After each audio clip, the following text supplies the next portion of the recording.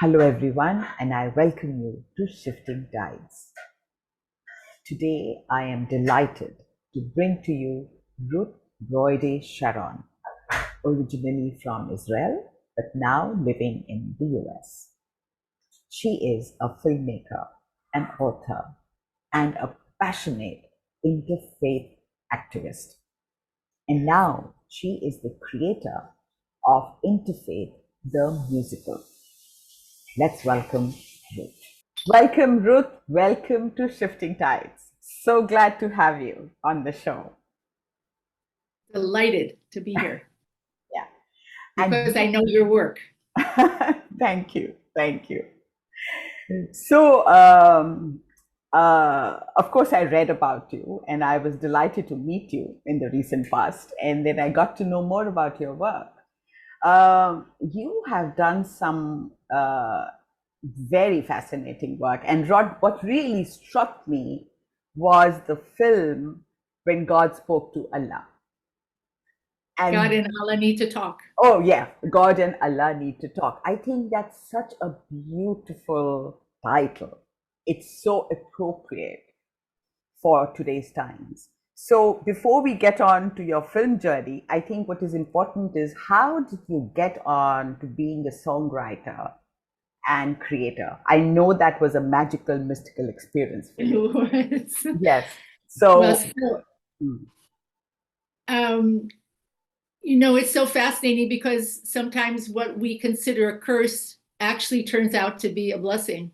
That's right. And I have been a filmmaker for almost 40 years, an author and a journalist, and I was content to be doing that work. I wrote more than 50 articles for the Interfaith Observer about different interfaith communities around the world. Okay. And about the interfaith movement, which has been my passion for more than 30 years. But I developed a problem with my blood pressure, a serious problem. And I spent many nights where I couldn't control it and I would have to use nitroglycerin. And one of the things the doctors told me is that if you walk, it'll be much better for you. And so I found a friend, a good friend, who was willing to walk with me. And we walked together for about a month, about three times a week. And then one day he announced, he said, "I'm sorry, I have to go walk with someone else. He needs me more than you do because he's not well and he's been hospitalized and I need to support him." And so I said, "What about me?" And he said, "You'll be fine."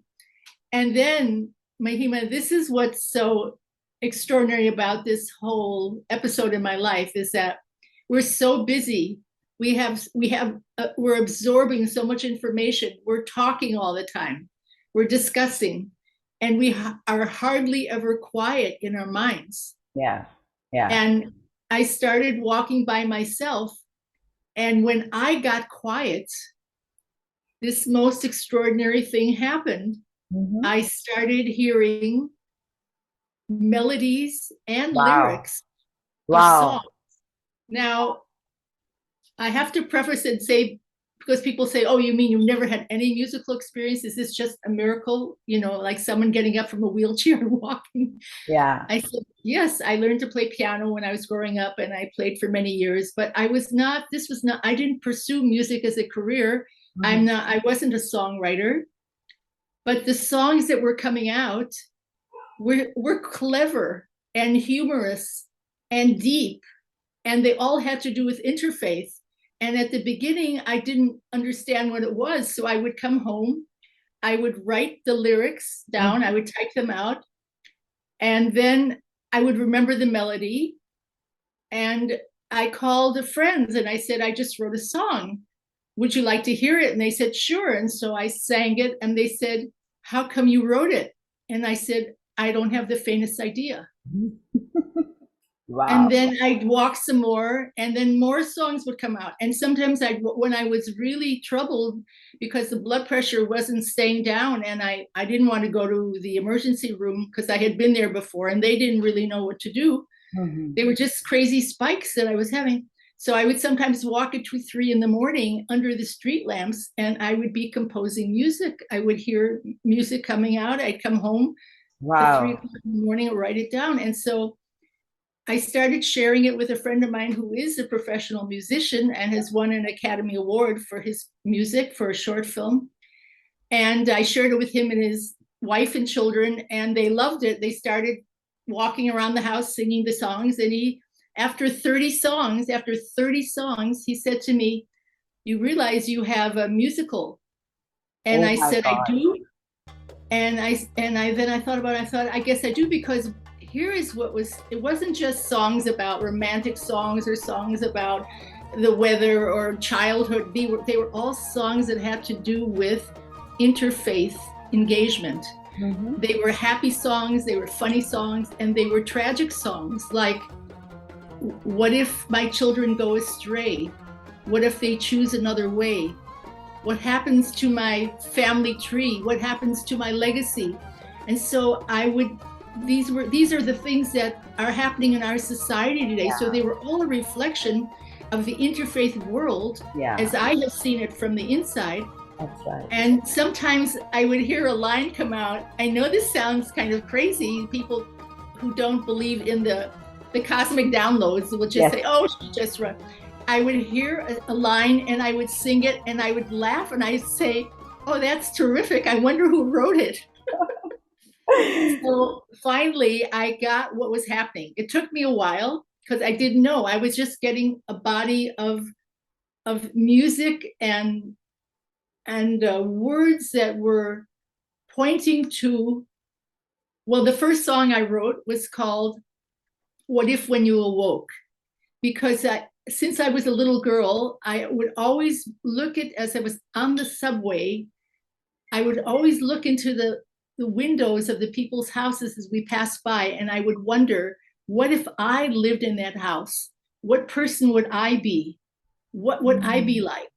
You know, would I be an immigrant? Would I be a grown-up? What color skin would I have? I always wondered about lives of people that I didn't even see. And so the first song that came out is, "What if when you awoke, you were wearing a stranger's shoes? What if when you awoke, you shared your enemy's extremist views? Oh my God. What if when you awoke, you think in color, not black and white? What if when you awoke, you could imagine not being right?" And then the next two lines that came out were actually the whole motive of this entire cosmic download. And the next lines were, "What if, what if, what if we all could see the beauty of one expanding humanity?" And Oh I God. knew It gives that's what me this was about. goosebumps. And it gave me goosebumps too, because when I heard that, I thought, that's it. It's about seeing humanity in a new way. You know, I would have conversations with God about it. I would say, you know, like, I'm not a musician per se. I'm not a singer. I'm not a performer. Why me? Why me? That became the question. Why me? And then I finally realized that God could have chosen many musicians more talented than I.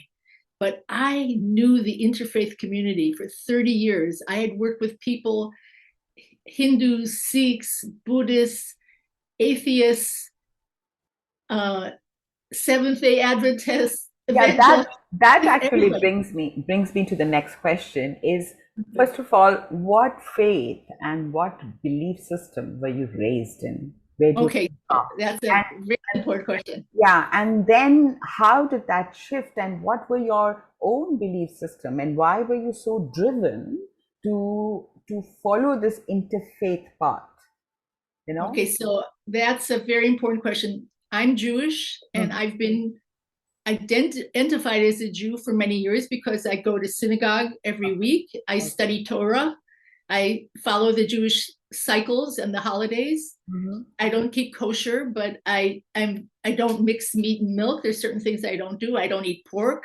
I don't eat shellfish, etc.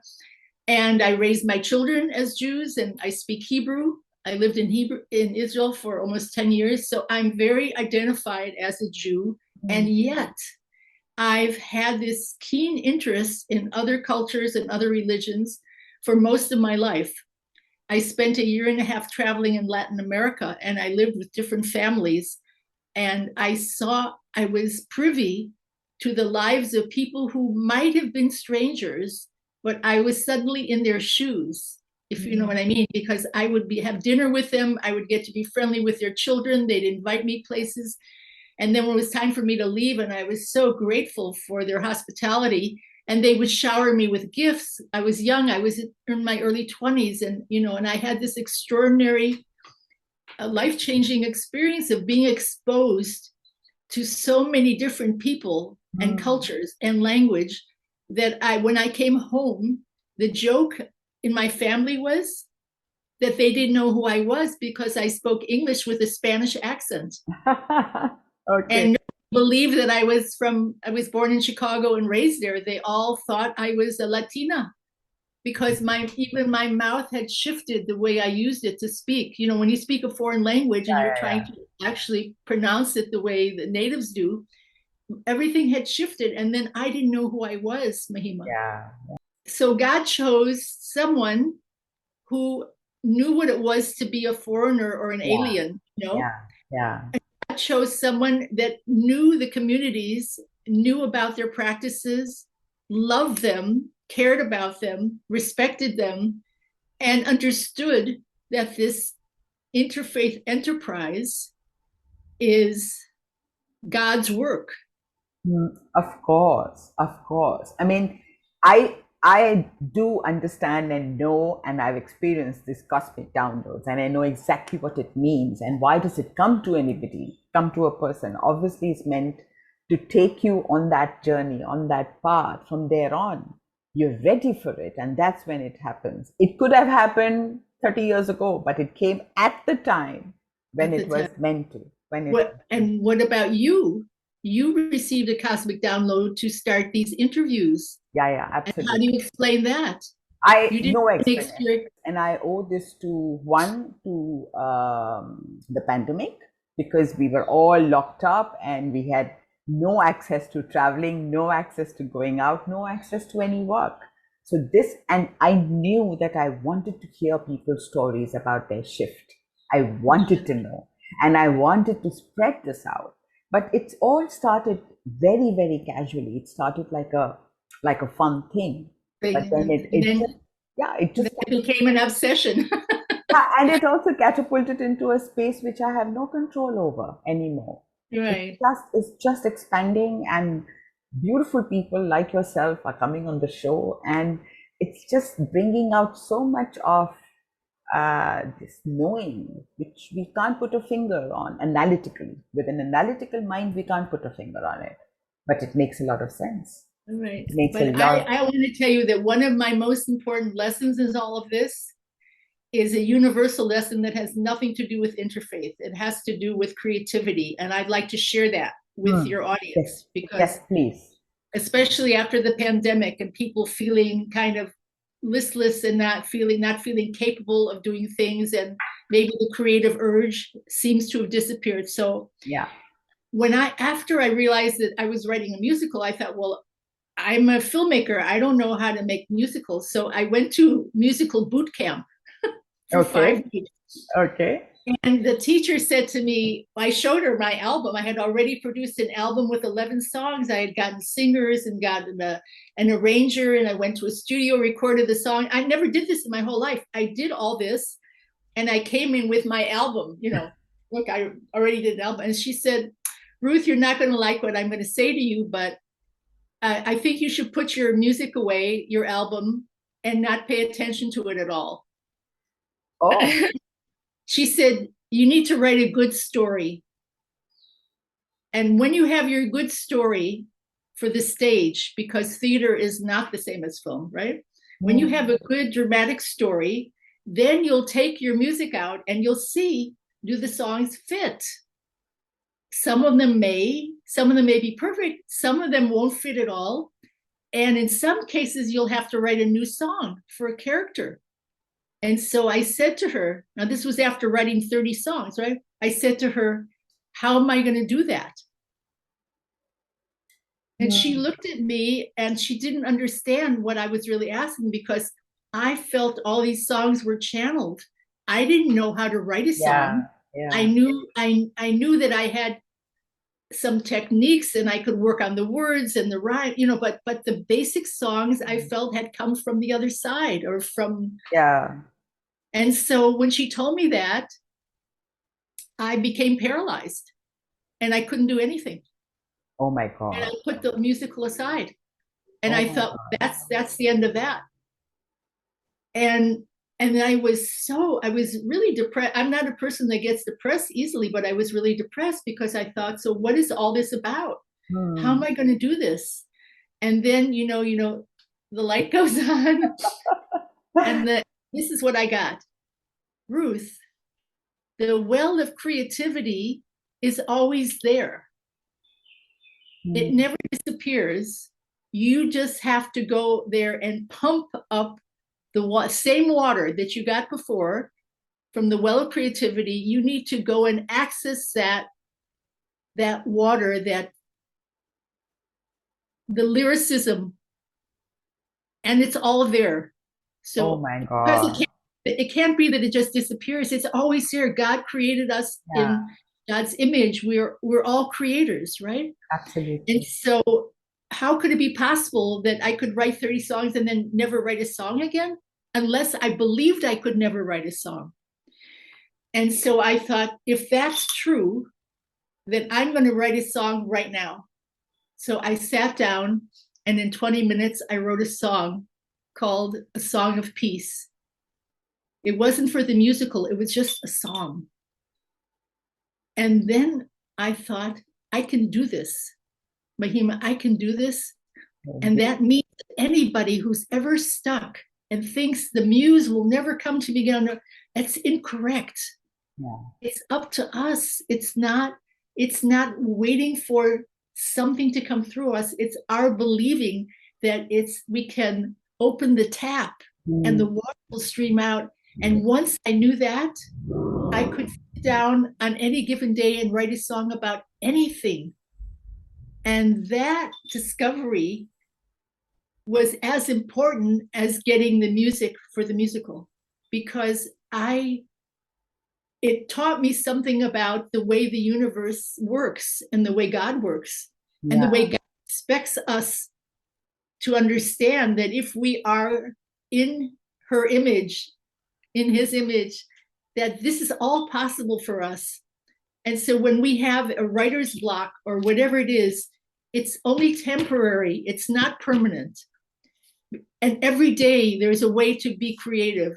If it's not songwriting, it's in the way you cook. If it's not cooking, it's in the way you dress. If it's not in the way you dress, it's the way you host people when they come to your house. I mean, there's so many ways to be creative, and it's always available and possible. And that revelation or epiphany that I had has made such a difference in my life. Yeah, I mean, you have mentioned two such pertinent points. And I would like to mention those. One of them is, like you spoke, we are all made in the image of God, and there's this well of creativity. We just have to dig in and water the same thing. It's the same water for all kinds of potential and infinite possibilities that a human being is capable of. So now, very recently, there is this beautiful NGO from Germany who are working in Nepal with lepers for the last 30 years. And we have, Shifting Tides has now collaborated with them.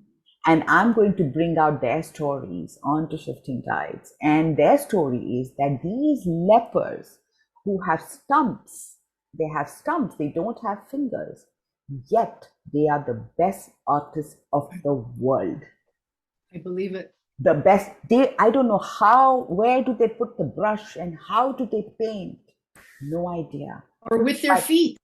They might even paint it with their feet. Even with a hand, they do something. Right. They stick it or whatever. And the place where they stay, the house, they have created into a palace. I kid you not, Ruth. It's a palace. Every bit of that place, including the ceiling, walls, kitchen, everything is painted. And they have done exquisite painting. And that is the same thing what you're talking about. Yeah, That we it's all, actually universal. It's universal. It's a creative force that exists in the world for us to access. Yeah, totally, totally. And I'm so glad you brought this up, because this is what everyone, each of us need to hear, because sometimes in our darkest moments we just give up and we say, no, we are not capable. Even if, there are people who are on wheelchairs, yet they are such change makers. Yeah. They Or are quadriplegics that don't have limbs, that inspire audiences of 10,000 people. Absolutely. Yeah. And I think that's where me, with my small effort of shifting guides, is trying to bring about. It's so important for people to understand that, and even in when you think about stories, novels that were written by people who were in prison on toilet paper, when you think about it, the creative urge, how it will not stop, that when you have something important to share, you have to find a way to do it. Absolutely. And this can only happen when you are giving in and surrendering to that creator who gave you that well of creativity. But it's more than that too, because now I'm coming to a very difficult time in the production. So I've spent 7 years working on the musical. I've released 2 albums with 22 songs. I finished the script. I hired a dramaturg to work with me, and I'm going to have a read-through of the entire script soon. And after that, I need to find investors. Now, a painter can buy a canvas for $30 and some paintbrushes and go. The musical, choreography, orchestration, sets, costumes, actors. And so my friends say to me, how are you going to raise the money for that? So now here we come to the same issue again, right? How am I, a person who is not financially wealthy and has no visible means of financing a musical on the stage, how am I going to do it? Yeah. So one could say, well, I can't do it. I could do everything here and I can't do that. But I don't think that way anymore, Mahima. I say, if God brought me this far, God will not abandon me to find the resources to get it on the stage. And absolutely, you've nailed it. Ruth, you have nailed it. That's it. Because once you know that you're not doing your work, you are a part of a bigger plan. Right. You're a part of a bigger plan, and you are just chosen as a vehicle. A vehicle, exactly. A vehicle. And if you know that you are a vehicle, then that vehicle is going to get the fuel. And so you have to bring yourself back to the state when you saw that whatever project you were working on existed and finished, was in the Akashic records even. It's already there. Yeah. And then you have to move yourself back energetically to that place where you can see it's a reality, because we don't just, it's not like getting it once and that's it forever, Mahima. That's the other lesson. There's a beautiful story in the Torah about the Israelites were in the desert. And finally, when Moses brought down the 10 commandments and collectively as a nation, they heard the word of God.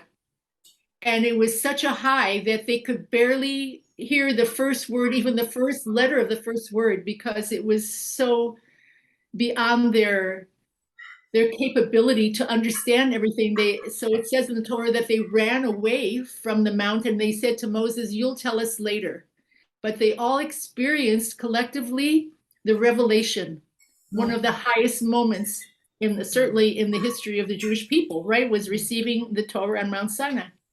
And what does it say right after that in the Torah? The next day they started complaining. When we were in Egypt, at least we had meat. What happened to the meat? And the rabbis they always concentrate on that particular chapter of their complaining, because they say, look, when you're on such a high, you can't maintain it. It's not possible humanly Yeah. to live in that space. So Yeah. what does that mean for us on a daily basis? We have an epiphany or revelation, and we think we know everything, and we get it, and we're in accord with God's will, and we know what we have to do. And the next day, we feel dejected. We feel we can't do it again. And then you say to yourself, how is it possible? I just experienced nirvana. And I was there. Why am I feeling this way today? And it's because of the cycles of humanity, that we can't stay forever there. And we know that even when we're down and we're feeling our worst, if we say to ourselves, this too shall pass, everything changes constantly. Yeah. So we have to be used to the idea that even if our path is clear, and we have perseverance, and we have reassurance, and we have confirmation from heaven, it doesn't mean that every day will be at that high place. And so we have to be prepared for days when maybe we can do nothing. After we've been our most creative, we can do nothing. And that's what, when you have that shift of tide, or you have that moment of transformation, that's when the new set of problems begin.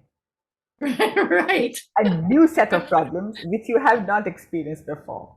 Why? Right. Why? Because you have been raised from this level to another level, higher vibration. And not everyone in your environment is vibrating at that frequency.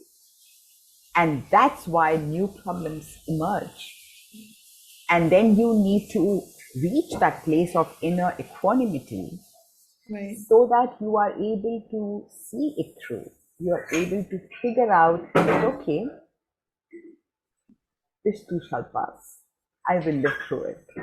And I think we have to develop a personal catechism of what we say to ourselves when we're going through a troubled time.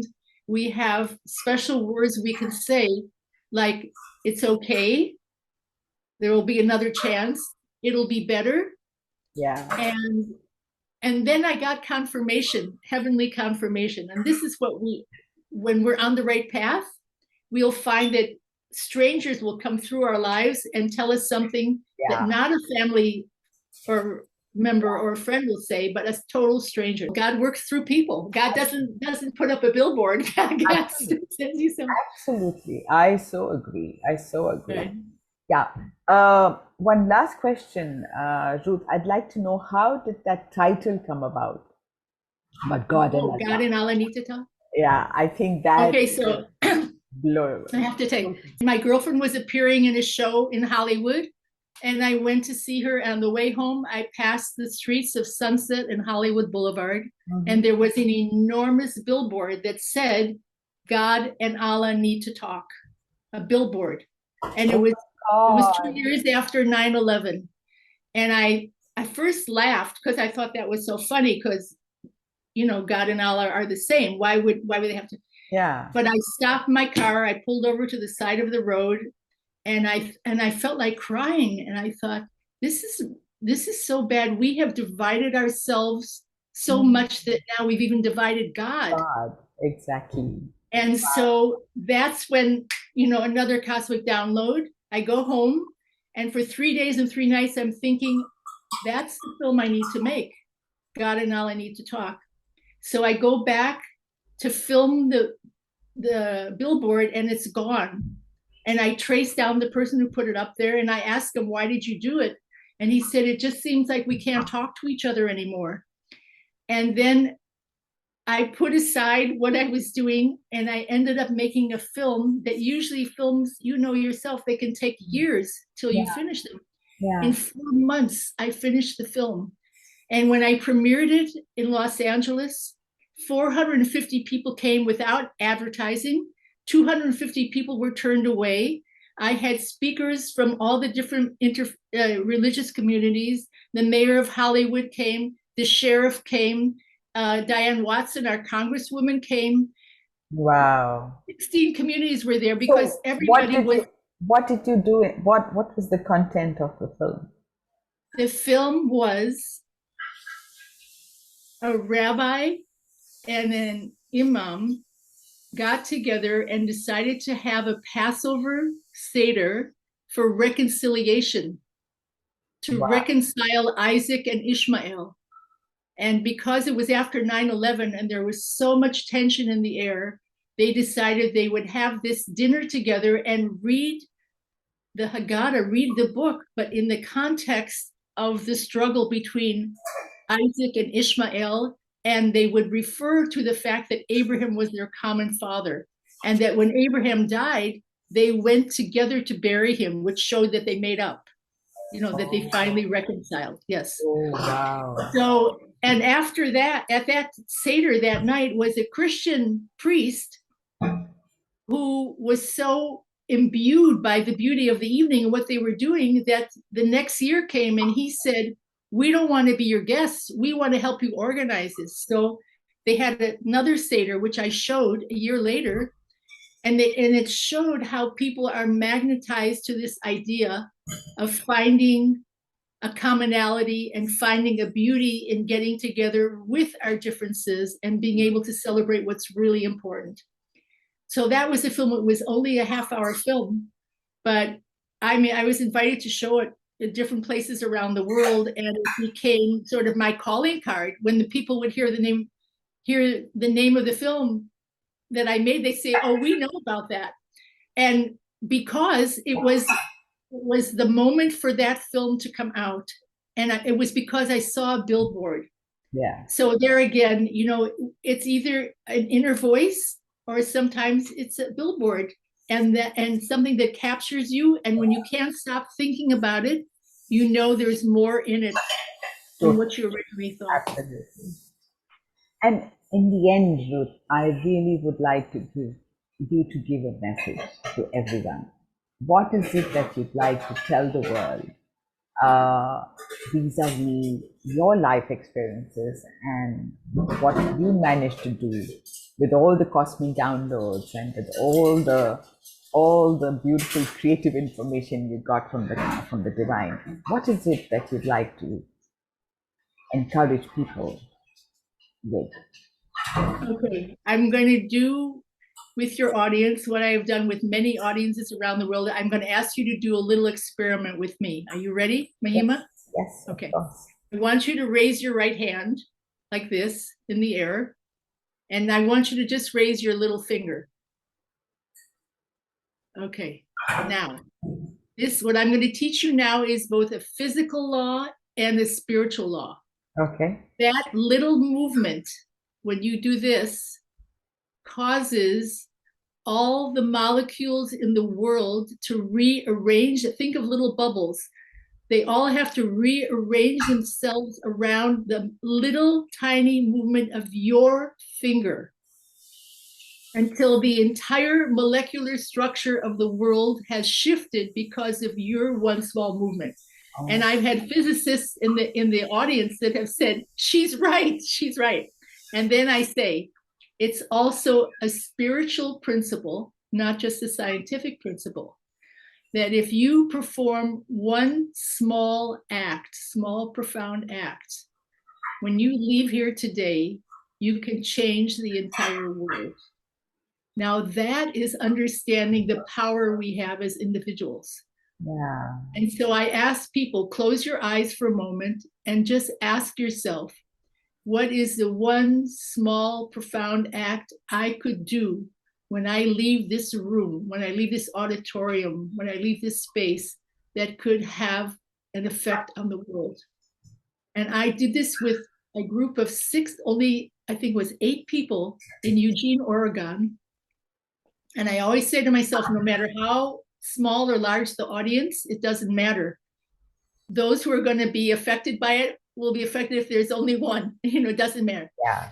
And one of the women that was there, when I finished, she bought my book and I signed it for her.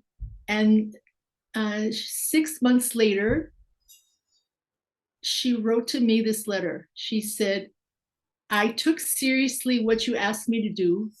And I decided I would join the local interfaith movement.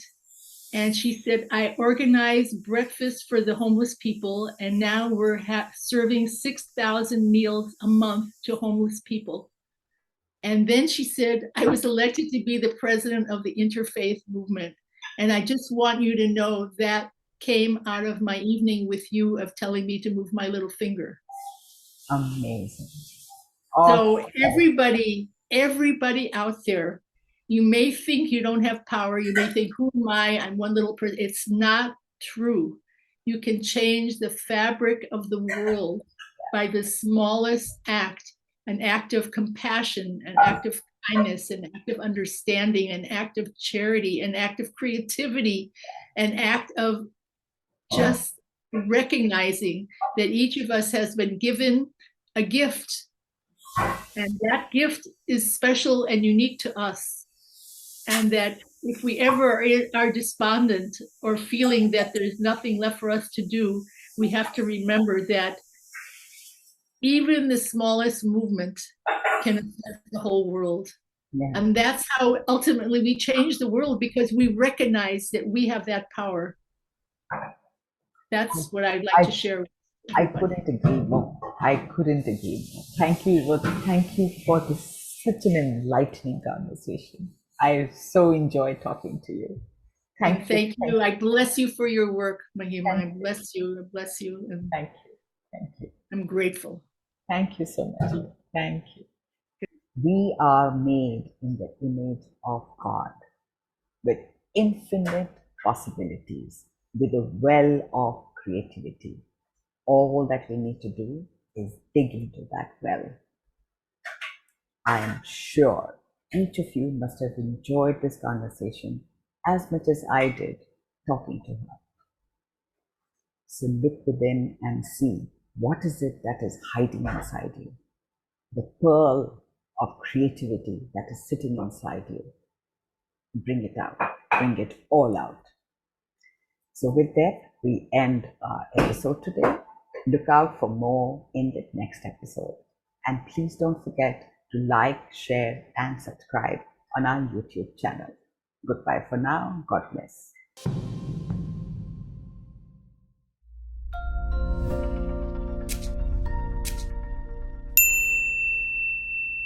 If you found value, depth, and are touched by these incredible stories of transformation on Shifting Tides, I invite you to be a part of this journey.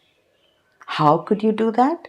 Well, first, you may contribute by sharing this video with at least one person in your circles who may just need it. And two, you may contribute by making a donation. Big or small, doesn't matter. As long as it helps us to keep bringing these stories onto you and keep the momentum going. The link for making a donation is in the bio and description. Thank you for your continued support and being a part of Shifting Tides family. Thank you.